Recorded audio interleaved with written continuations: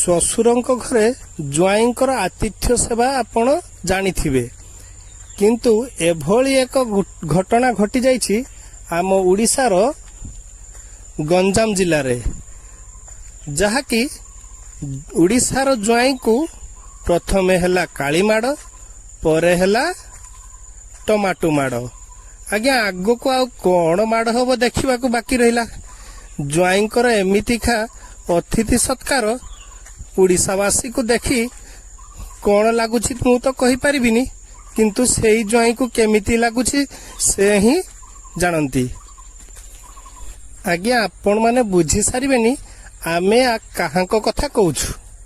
ସେଇ ତାମିଲ ଟୁକା ଓଡ଼ିଶାର ଜ୍ୱାଇଁ, ଖାଇଲେ ଟମାଟୋ ମାଡ଼, ଯାହାଙ୍କର ନାମ ଭିକେ ପାଣ୍ଡିଆନ ବାବୁ। ଏତେ ବଡ଼ ଅପମାନ ଓଡ଼ିଶାର ଜ୍ୱାଇଁଙ୍କ ପ୍ରତି କ'ଣ ଠିକ୍? ଆପଣମାନେ କମେଣ୍ଟରେ ଲେଖନ୍ତୁ। ଛୋଟ ମୁହଁରେ ବଡ଼ କଥା, ଆମର ଏତେ କ'ଣ ଦରକାର? ଆମକୁ ତ ମିଳିଲା ଖଣ୍ଡିଏ ଖଣ୍ଡିଏ ଝୁଲା ଆଉ ଖଣ୍ଡିଏ 1000 ଟଙ୍କା। ଆଜ୍ଞା, ସେଇ ଝୁଲାଟା ଭୋଟ ପରେ ଆମକୁ ଦିଆଗଲା। ଆଗାମୀ ଦିନରେ ଆମେ ଭିକ ମାଗିବୁ, ଆଉ ଝୁଲାଟା ଧରିବା ଆଉ ଦାଣ୍ଡରେ ଭିକ ମାଗିବା। ସବୁ ତ ତାମିଲ ବୁହିବ, ଆମେ ଭିକ ମାଗିବାକୁ ରହିବୁ। ଦେଖିବାକୁ ବାକି ରହିଲା ଆମେ ଝୁଲା ଧରିବୁ ନା ପୁଣି ଆମେ ଓଡ଼ିଶାକୁ ସୁରକ୍ଷା ଦେବୁ, ଯାହା ଆପଣମାନେ ନିଷ୍ପତ୍ତି ନେବେ। ଆଉ ଆସନ୍ତୁ ଆମେ ଶୁଣିବା ସେଇ ଭିକେ ପାଣ୍ଡିଆନ ବାବୁଙ୍କ ମୁହଁରୁ ଟମାଟୋ ମାଡ଼ ବିଷୟରେ।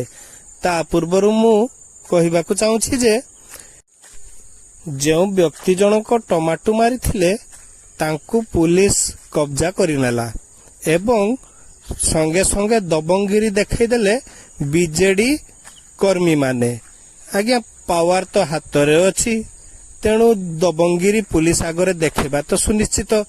ଦେଖନ୍ତୁ, ସେହି ବ୍ୟକ୍ତି ଜଣଙ୍କୁ ସେ ବିଜେଡିର ଟୁକା ମାନେ କେମିତିକା ପୁଲିସ ଆଗରେ ଆଇନକୁ ହାତକୁ ନେଉଛନ୍ତି। ଏଠି କହିବୁ କାହାକୁ, ଶୁଣିବ ବା କିଏ? ସେମାନେ କିଛି କରିଲେ ଲୀଳା, ଆଉ ଆମେ କରିଲେ ଅସାଢୁଆ କିଳା।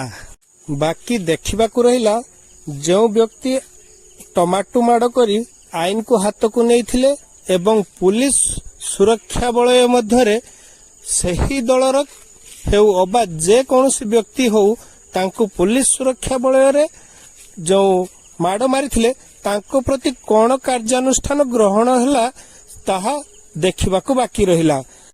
ଜଣେ ବନ୍ଧୁମାନେ ମୋ ଉପରେ ଟମାଟୋ ପକେଇଲେ, ଆପଣ ଟମାଟୋ ପକାନ୍ତୁ, ଅଣ୍ଡା ପକାନ୍ତୁ, ଚପଲ ପକାନ୍ତୁ, ଗୋଳି ମାରନ୍ତୁ, କିଛି ଅସୁବିଧା ନାହିଁ। ମୁଁ ଲୋକଙ୍କ ପାଖରେ ଯିବି, କିଏ ମୋତେ ବନ୍ଦ କରିପାରିବେନି। ନମସ୍କାର, ଶେଷ କରୁଛି ଆମ ଏହି ଭିଡିଓକୁ।